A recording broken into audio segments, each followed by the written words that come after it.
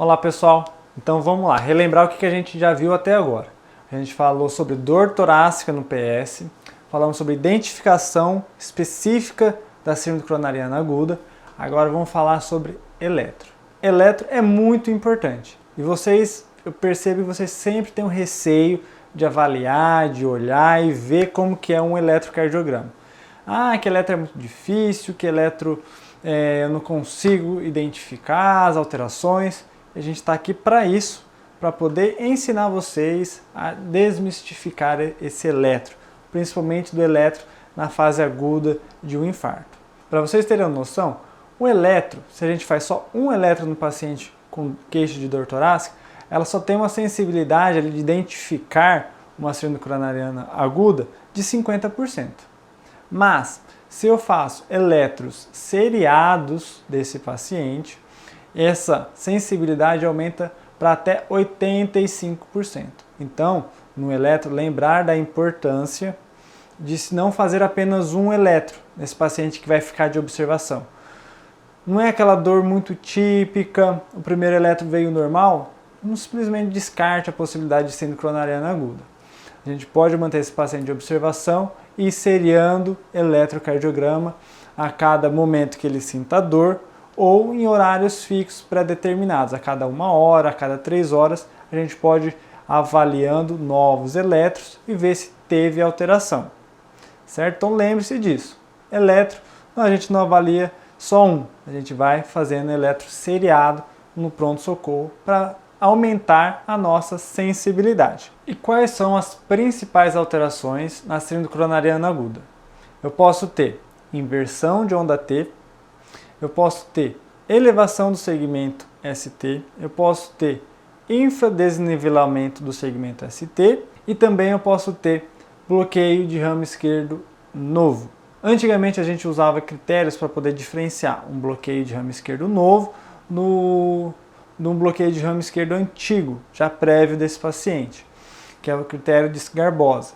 Atualmente as novas diretrizes falam se você não tem conhecimento, se o paciente tinha um BRE ou não, e o paciente se apresenta a você com uma dor típica e no eletro você identifica um BRE, você tem que tratar esse paciente como um infarto agudo do miocárdio com supra. Então, se você não sabe se esse paciente tinha bloqueio de ramo esquerdo e ele está se apresentando a você com uma dor típica e no eletro você está vendo um bloqueio de ramo esquerdo, você vai tratar ele como infarto com supra, entendido? Então, agora eu vou mostrar para vocês diversos eletros, a gente vai discutir agora alguns eletros, os mais típicos, para que vocês memorizem e gravem. Eletro, gente, é memória fotográfica. Quanto mais a gente vê, mais a gente grava, mais a gente vai pegando os macetes e cada vez menos vai passar desapercebido alguma alteração. Então, gente, esse eletro que está aparecendo aí para vocês em destaque. Nesse eletro a gente pode ver a fase hiperaguda do infarto. Qual que é a característica da fase hiperaguda do infarto? Olhem aí, tentem ver esse eletro, o que tem de alteração. Conseguiram observar? Esse eletro a gente consegue olhar, observar onda T hiperaguda. O que é essa onda T hiperaguda? É a alteração que ocorre na fase hiperaguda do infarto. A gente pode olhar aqui em V2, V3, V4, V5, V6. Uma onda T com uma base mais larga e simétrica, uma onda T aumentada na sua amplitude. Isso daqui fala a favor, claro, associado aos sintomas típicos de infarto de uma síndrome coronariana aguda, tá bom? E essa fase aguda pode ser dividida nos 3 Is do infarto, que seria infarto, injúria e isquemia.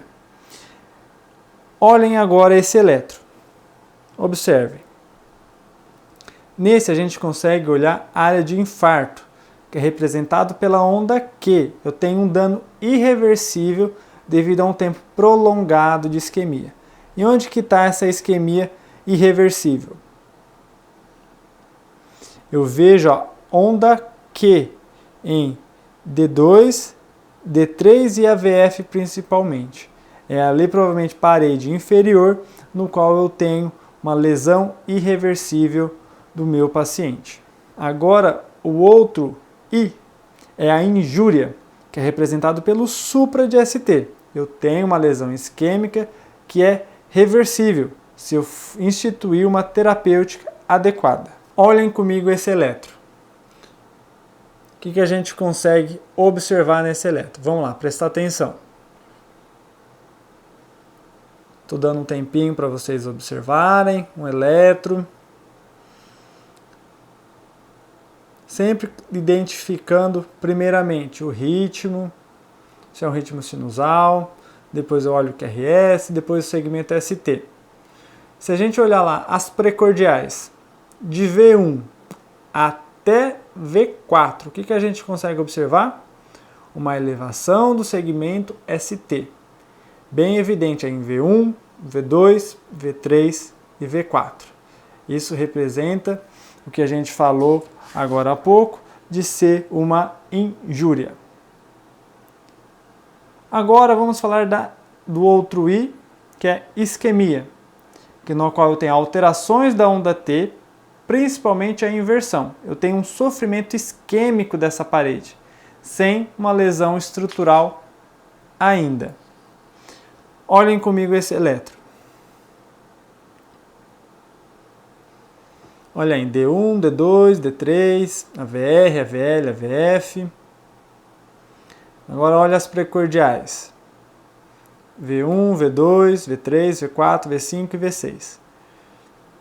Se a gente pegar e a partir de V2, V3, V4, V5 e V6, a gente consegue observar uma inversão de onda T. É onde a gente tem a presença de isquemia. Conforme eu falei, tem um sofrimento isquêmico, só que eu não tenho lesão estrutural ainda desse músculo cardíaco. Então, pessoal, a gente comentou aqui alguns eletros. Para avaliar supra, a gente tem alguns critérios para falar que esse supra é de origem isquêmica ou não, tá? Então, vamos lá aqui olhando na tabela como que a gente pode ver essa questão do supra. Se eu tenho elevação do ponto J em duas derivações contíguas maior ou igual a 2 milímetros, em homens nos maiores de 40 anos, certo? Isso é um supra que eu considero isquêmico. Quando o paciente for mais jovem, eu vou considerar uma elevação maior que 2,5 milímetros, ou maior que 1,5 em mulheres, em V2 ou V3, ou maior que 1 milímetro nas demais derivações. Outra coisa que eu vou usar para avaliar supra, que eu já comentei com vocês, é um BRE novo. Está aqui mostrando para vocês um eletro de um BRE novo. Aqui é um eletro com bloqueio de ramo esquerdo, e a gente não sabe se o paciente tem anteriormente ou não. A gente considera como um BRE novo associado à clínica. Observem o QRS alargado, QRS negativo de V1 a V3, e um QRS positivo em D1, AVL, V5 e V6. Eu comentei com vocês o critério de Isgar-Bossa, que vai diferenciar o BRE de um infarto. Hoje não é muito usado devido a muito falso positivo, falso negativo. O que esse critério avalia? Se eu tenho um supra concordante maior que 1 milímetro, eu tenho 5 pontos. Se eu tenho um infra maior que 1 milímetro em V1, V2 ou V3, eu ganho 3 pontos. E se eu tenho um supra discordante maior que 5 milímetros, eu ganho 2 pontos. E aí como que eu avalio isso daí? 3 pontos ou mais tem 90% de especificidade, porém tem baixa sensibilidade. E é aí que está o perigo. A presença de BRE no infarto acontece em cerca de 2 a 3% dos pacientes e está associada a um mau prognóstico. Então, pessoal, BRE não sabe se tinha anteriormente, tem história clínica sugestiva de infarto, é considerado como infarto com supra. Agora, uma outra informação importante que vocês devem ter em mente é a respeito da localização do infarto. Isso a gente consegue saber através das derivações acometidas pelo eletro. Se acometeu de V1 a V5 é tal parede, se acometeu D2, D3 a VF é outra parede. Então a gente vai tentar detalhar aqui para vocês. Conforme o acometimento das derivações, eu vou ter o acometimento de determinada parede. Então vamos lá, olhem a tabela aí. Se eu tenho acometimento de V1 a V4, eu tenho acometimento da parede anterior. Provavelmente a descendente anterior é a artéria acometida. Se eu tenho acometimento de V1 a V6, D1 a VL, eu falo que é um infarto anterior extenso. É a nossa descendente anterior que foi acometida. Se pegou D2, D3 e a VF, é a nossa parede inferior, provavelmente coronária direita ou a circunflexa. Se pegou V7 e V8, que vai ter um infra de ST na parede anterior, que é a imagem em espelho, eu vou ter a parede posterior. Provavelmente a circunflexa ou a nossa coronária direita é a que é a culpada. V3R e V4R, acometimento do ventrículo direito. Provavelmente a nossa coronária direita é a responsável pelo acometimento desse infarto. E D1 a VL é a lateral alto. Provavelmente a nossa artéria circunflexa é a culpada pelo infarto. Então, pessoal, a gente viu agora na tabela, conforme as derivações, eu tenho acometimento de determinada região do miocárdio e de determinada artéria. Agora eu vou mostrar algumas sequências de eletro, no qual a gente vai estar podendo colocar isso em prática e discutir alguns detalhes do eletro. Então segue aí a gente na imagem ampliada dos eletros. Então, olhem esse eletro agora. Eu não quero que vocês avaliem o ritmo desse paciente. Se vocês quiserem olhar o ritmo, a gente vê umas P bloqueada, uma P que não está conduzindo, tá? Mas eu quero que vocês observem aqui a alteração do segmento ST. Se a gente for olhar o plano frontal, olhando em D2, em D3, em AVF, a gente vai avaliar a presença de supradesnivelamento do segmento ST, correto? Se a gente forçar aqui um pouquinho V2, V3 e V4, a gente consegue ver um infra. Isso daqui é a imagem em espelho, ou seja, quando a parede, uma determinada parede apresenta o supra e a parede contralateral apresenta um infra. Ou seja, a parede que está sofrendo a isquemia, no caso, é a parede inferior, gente. É a D2, D3 e a VF, tá? Essa alteração do segmento ST em V2, V3 e V4 de infra não representa isquemia na parede anterior. Uma outra informação que eu queria passar para vocês, se eu tenho um supra de ST em D3 maior do que o supra em D2, provavelmente o acometimento é da coronária direita, com uma sensibilidade de até 90% e uma especificidade de 70%. E se eu tenho um supra de ST maior em D2 do que em D3, provavelmente o acometimento é de CX, da nossa artéria circunflexa. Correto? Então, lembrando, nesse eletro aqui, aparentemente o supra de D3 é maior do que o supra de D2, então provavelmente o acometimento é da nossa coronária direita. Mantendo aqui o supra em parede inferior, vamos olhar esse outro eletro. Sempre que a gente tiver um supra de parede inferior, a gente deve realizar V3R e V4R. Por que é importante fazer isso daí? Para avaliar o acometimento do ventrículo direito. Porque se eu tenho acometimento de ventrículo direito, o tratamento será diferente. Então, pessoal, tem um supra de D2, D3 AVF, façam V3R e V4R. É muito importante. Ah, doutor, como que é que eu faço V3 e V4R? Você não tem o V3 e o V4 na sua posição habitual? Eu só vou passar para o lado direito, na mesma posição, só que contra a lateral. E aí eu faço um novo eletro e aí eu tenho o V3R e V4R. E vou avaliar se tem supra nessas derivações. O supra nessas derivações não será muito grande. Vai ser um supra pequeno, vai ser um supra discreto, porque o ventrículo direito, a massa muscular é menor. Então não vai se esperar um supra muito exacerbado, correto? Mas se você viu um supra, tem um acometimento ali do ventrículo direito, o tratamento será diferente.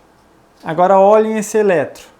Esse eletro é um eletro bonito. Olha só que eletro bonito para avaliar supra. Esse daqui não resta dúvida alguma de que o paciente está infartando. Eu tenho supra de D2, D3 e AVF. Vamos avaliar aí. Qual supra está maior? O de D3 ou o de D2? O de D3, né, gente? Então, D3 maior do que D2, eu tenho o acometimento provável da nossa coronária direita. Agora, olha aqui em precordiais, de V1 até V6. Olha aí, V1, V2 e V3 e V4. Eu vejo um infra. Esse infra é uma imagem em espelho. Qual que é o território acometido pelo infarto? É a parede inferior. Esse infra em parede anterior não é isquêmica, é apenas a imagem em espelho.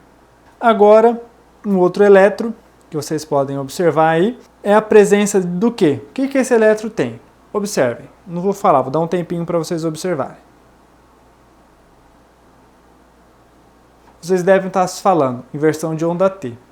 Mas olhe com atenção aqui em V2 e em V3 principalmente. A gente pode observar que antes de ter a onda T negativa, eu tenho uma porção positiva da minha onda T. É o que eu falo de plus-minus. E se eu tenho a presença de plus-minus em V1, V2, V3, eu estou diante da síndrome de Wellens. O que é a síndrome de Wellens?